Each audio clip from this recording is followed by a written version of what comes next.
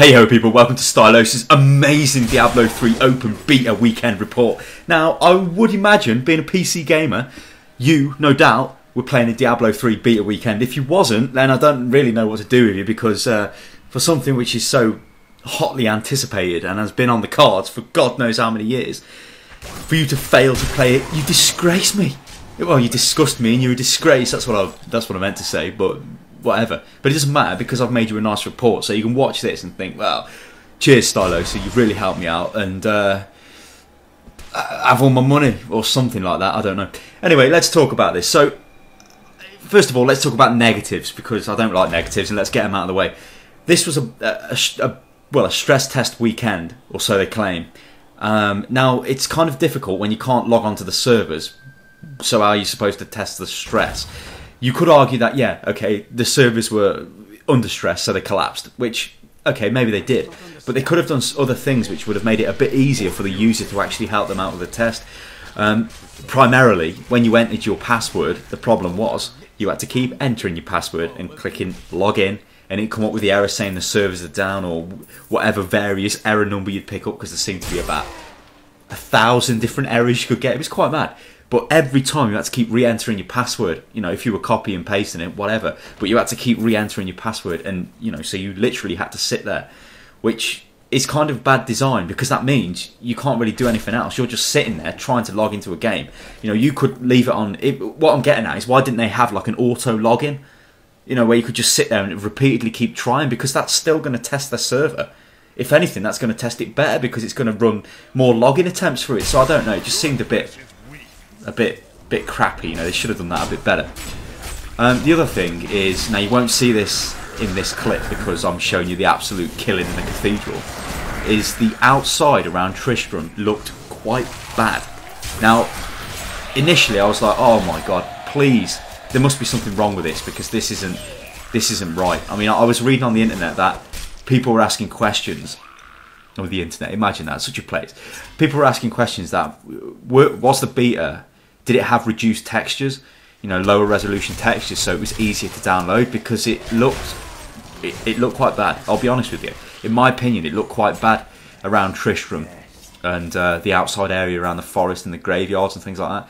It didn't look very impressive, and it looked, you know, you could say, well, hang on a minute, Torchlight looked more impressive than this, and when did that come out? And it was, or Path of the Exile looked more impressive.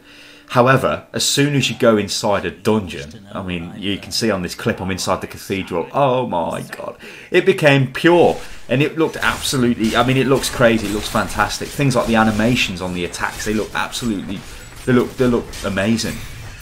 I mean, especially the barbarian, he looks like he's in there, it's like, you're like wailing on them, smashing their heads in, it looks absolutely crazy, especially when you've got, I think it's, I forgot the name of the ability, it's like a pummel thing, you smash the face, and yeah, it sends them flying. It's absolutely crazed. But that's what we want. You know, it feels loads better. Now, the first class I played was the Voodoo Doctor Man, the Witch Doctor guy. Now, he's got an amazing voice. He sounds like he's from Jamaica. But I think he's kind of the spiritual successor to the Necromancer. He summons pets, and he kind of functions like the Necromancer. Not exactly the same as the Necromancer from Diablo 2. But you can see where his ideas come from. It's an interesting take on it, because, you know, a voodoo magic man. Amazing. He's got some crazy attacks as well. I mean, one of them, he throws a jar of spiders.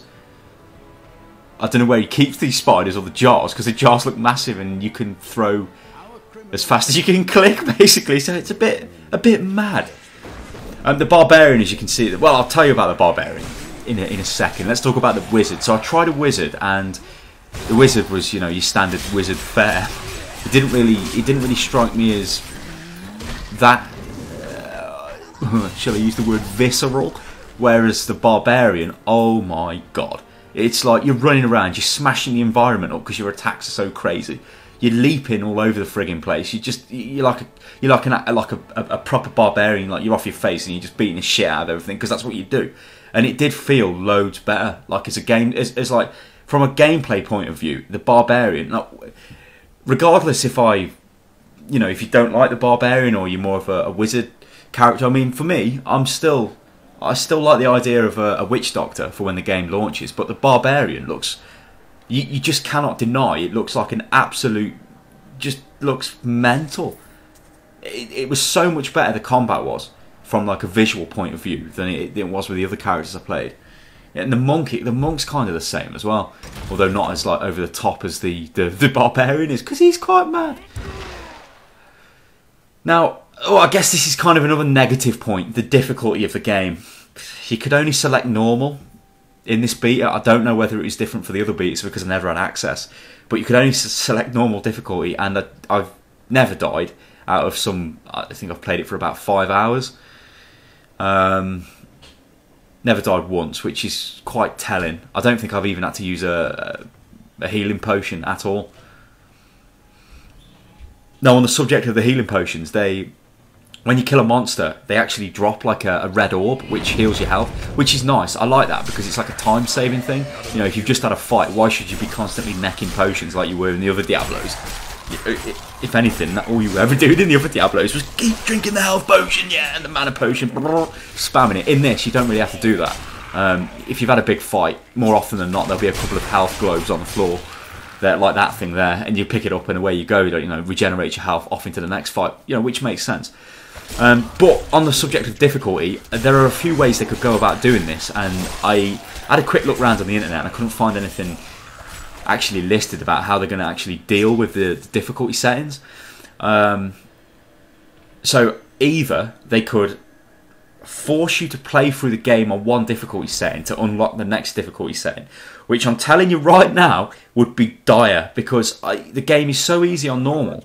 I don't understand why you play it through on normal, then play it through on, you know, the next difficulty, and then the next difficulty, and then the next difficulty. I'm not saying this is how they'll do it, but it just strikes me as a bit strange, because I'll be honest with you, the way I would play Diablo, and I would imagine this extends to most people, you'll play through for the story, yeah? You may play through it single player, then you might play through it co-op with your friends, but you're not going to repeatedly keep playing through the same story over and over and over again just to get the higher difficulty settings, which... Yeah, okay, some people might, but I wouldn't. I just wouldn't play the game, you know, it would be kind of a stupid, like, pointless exercise to me, because I've already done it, you know. Well, why would I want to complete it again and again and again and again? The other way they can do it, which is the way I hope they do it, is they literally just let you select the difficulty, which is what I want to see. Now, I kind of got a sneaking suspicion, due to the way it allows you to select hardcore characters, that you might have to get to, say, level 10 before you can unlock difficulties, which... In the beta, that's the way it works for the hardcore character. You have to actually get to level 10, and then you can have a hardcore character. Now, what a hardcore character is, when it dies, it's dead and it's gone. Although, now I thought this was... I thought, oh, right, this is the Holy Grail. Hardcore is going to be absolutely impossible. This is what I want. So I went in and made a hardcore barbarian, but he was hardcore normal difficulty. So the difficulty was exactly the same. It just meant if he died, that was it. He was just dead. So that was a bit of a letdown, because I was expecting a massive challenge and never got one. And it also strikes me as a little bit strange why they didn't have the difficulty, you know, because surely they're monitoring the statistics, and it's like nobody's dying, because you have to be an absolute retard of the highest standard to even die on normal. I mean, you'd have to go AFK. That's the only way you could die, would be going AFK, which is terrible. I mean, a game shouldn't be like that. But like I said, I hope to God you can select the difficulties, or I hope to pray to Diablo. But the difficulties are selectable on you know, when you start a new game. Now, on the subject of the multiplayer aspect of it, that is pretty funky. That is, because it works pretty well. You know, well, look, it works very well. I mean, the whole game is polished to hell, like you'd expect of a Blizzard game. You know, everything I could get my hands on worked. The way the multiplayer would work is, so if, let's say, I've got Kirioth on my friends list, if I'd started a game, he could jump into my game and just seamlessly play with me, you know, and it's no burden to me because of the way the loot works. Now, in the older Diablos, it was like a loot fest, wasn't it? You know, everybody's trying to collect all the gold, they're trying to collect all the, you know, the loot and whatever, but you actually get your own loot in Diablo 3. So if I'm playing with somebody else, what their loot is on the floor is totally different to what I'm seeing. So, you know, I quite like that because it means you're going to get more drops, so there's more chance for trading between each other in the groups. I mean, we ran a 4-man unit loss group over the weekend, and it was fun. It really was fun, but there was no challenge because the difficulty was so easy, even with the extra people. You know, it makes the minions of hell harder, but they weren't really. It was still like a cakewalk. So that was a bit of a letdown. But yeah, things like that with the loot, they're quite nice, that is, and I quite like that. Also, the way the gold gets picked up off the ground is you just run over it, which is like, yes, I don't want to be clicking, because straight away, when I first loaded it in, I'm like, yeah, I'm like this, I'm like, click, click, click. And, well, that's a path to RSI, and it's not a path I want to take. So that's a nice little change. So, I mean, as far as I can tell, it's an extremely solid game. I mean, you're going to get a really good gameplay experience from this. It's a Diablo experience. The combat looks completely crazed from certain classes' perspectives at the lower levels. You know, obviously I can't talk for what it's like at higher levels, but I am really looking forward to this, and it's going to be interesting to run, hopefully, at a much harder difficulty. And I would imagine me and Kirioth will be probably playing through the entire game with random chaps from Unit Lost jumping in when they can. So I'll leave you to it. This is nearing the end of the beta, so if you don't want to see the rest of this, then I suggest that you leave, because this is kind of a spoiler, because this is coming up to the Skeleton King. But I guess most people have seen the Skeleton King, or King Leoric, the Mad King of Tristram, getting murdered before, because it's been over YouTube for quite some time now, but that's a warning, so don't come moaning to me if I've spoiled your game. So I've been Starlows from UnitLost.com. This has been the Diablo 3. Well, it's been not a review, but a look back at the Diablo 3 beta weekend, and yeah, I was impressed, and I can't wait to get my hands on the game. I'll catch you next time, people. Toodaloo.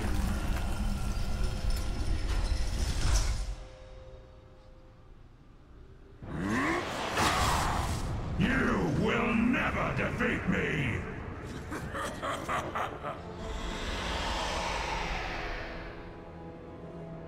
You were defeated the moment you surrendered to madness.